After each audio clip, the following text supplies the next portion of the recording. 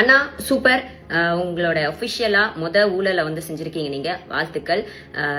நாங்கள் பெரியார் கொள்கை தான், சனாதனத்துக்கு எதிரானவங்க தான். பட் உங்களுடைய நம்பிக்கைகளை நாங்கள் மதிக்கிறோம், ரெஸ்பெக்ட் பண்ணுறோம். நாங்கள் சாமி கும்பிட்றது தப்புன்னு எங்கேயுமே சொன்னதில்லைண்ணே.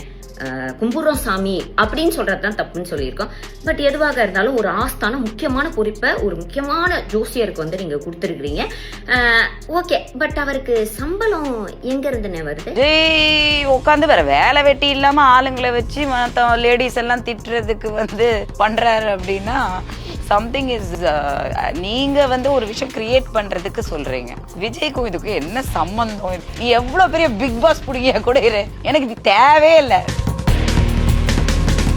வீட்டில் ஒய்ஃபை பார்த்துக்காத ஒரு ஆள், பிள்ளையை பார்த்துக்காத ஒரு ஆள், அப்பா அம்மாவை பார்த்துக்காத ஒரு ஆள் நாட்டை எப்படிப்பா பார்த்துக்குவாப்புல விஜய் அப்படின்னு ஒரு டாக்குறதுல அது அக்கா எப்படிக்கா பார்க்குறீங்க? யார் வீடை பார்த்தவங்க நாடை பார்த்தாங்கன்றது எனக்கும் தெரியல. 2 வீடு இருந்தா 2 வீடையும் பார்த்துட்டு நாடையும் பார்த்தவங்க நான் பார்த்துருக்கேன். இன்னும் அதில் ஓப்பனாகவே சொல்றேன், Trisha is a good friend of mine. Everybody has their own story. Everybody story எனக்கும் தெரியும். சிலது நான் பேசாம இருக்கேன், அவ்வளவுதான் உண்மை. நீங்க ஏதாச்சும் இதை பத்தி பேசுனீங்களா த்ரிஷா மேம் கிட்ட? ஓப்பனா சொல்றேன். இன்னைக்கு அவருக்கு இத்தனை கோடி மக்கள் ஆதரவு இருக்கு அப்படின்னா ஐ திங்க் அவர் உழைப்பு தான். அது பணம் காசு கொடுத்து வாங்கவே முடியாது. ஸோ இன்னைக்கு இவங்கெல்லாம் சொல்லும் போது எனக்கு பேசுங்க, கேமரா இருக்கு, மைக் இருக்கு. ஃப்ரம் தமிழ் சினிமா இவ்வளோ ஒரு பொலிட்டிக்கல் அவேர்னஸ் கிரியேட் பண்ண ஒருத்தர்னா சாதனை படிச்சிருக்காருன்றது பெருமையா சொல்லணும். பிகாஸ் வெளிநாடுகள்லேருந்து இதுவும் வேர்ல்டு வார் நடக்குது, அதை தாண்டி பணம் செலவு பண்ணி விஜய்க்கு ஓட் போடுறதுக்காக வந்திருக்காங்க பர்சனலி. அது எத்தனை எலெக்ஷன்ல நடந்துச்சு? விஜய் சும்மா அப்படி ஒரு வீட்டுக்குள்ள இவரு போறாரு அவரு போறாருன்னா இவரு போக முடியுதா? அலோவ் பண்றாங்களா? ஒரு வண்டியில போக முடியுதா? வேண்டாம் வராதிங்கன்னு எத்தனை வாட்டி சொன்னாலும் துரத்திட்டு போய் விழுவுறாங்க. மக்களும் என்ன பண்றாங்க? அன்புல பண்றாங்க. அவங்களுக்கு ஒரு வாட்டியாவது விஜய நேர்ல பாத்திர முடியாதா? எத்தனை நடிகர்கள் போறாங்க, எத்தனை பேருக்கு அவ்வளவு வரவேற்பு கிடைக்குது சொல்லுங்க எனக்கு. உச்ச நடிகர்கள் போடும்போது மட்டும்தான் அந்த மாதிரி. எத்தனை உச்ச நடிகர்களுக்கு கிடைக்குது? அதுவும் கிடையாது. நாங்க எத்தனையோ பார்த்திருக்கோம், அதெல்லாம் கிடையாது.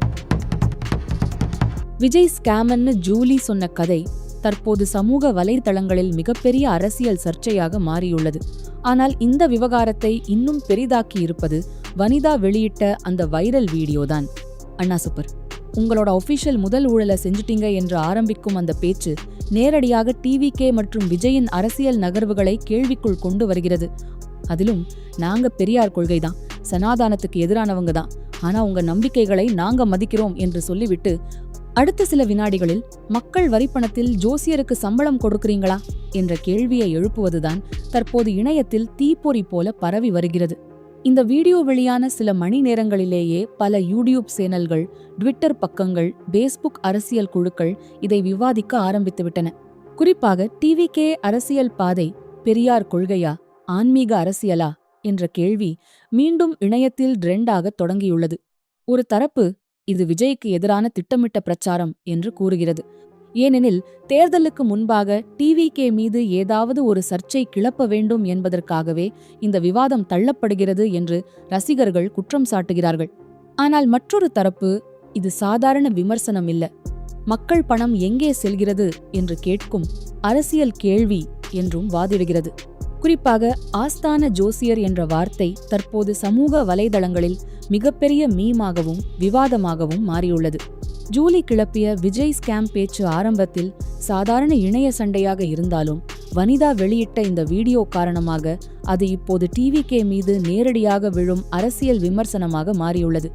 ரசிகர்கள் ஒரு பக்கம் விஜயை டார்கெட் பண்றாங்க என்று கோபமாக பதிவிட்டு வருகிறார்கள். மற்றொரு பக்கம் அரசியலுக்கு வந்தவங்க கேள்வியையும் ஃபேஸ் பண்ணணும் என்று எதிர்ப்பு குரலும் அதிகரித்து வருகிறது. இப்போது இந்த விவகாரம் ஒரு யூடியூப் கான்டென்ட் அளவுக்கு இல்லாமல் டிவிகே உருவாக்கி கொண்டிருக்கும் பப்ளிக் இமேஜ்க்கு முதல் பெரிய இணைய சவாலாக பார்க்கப்படுகிறது.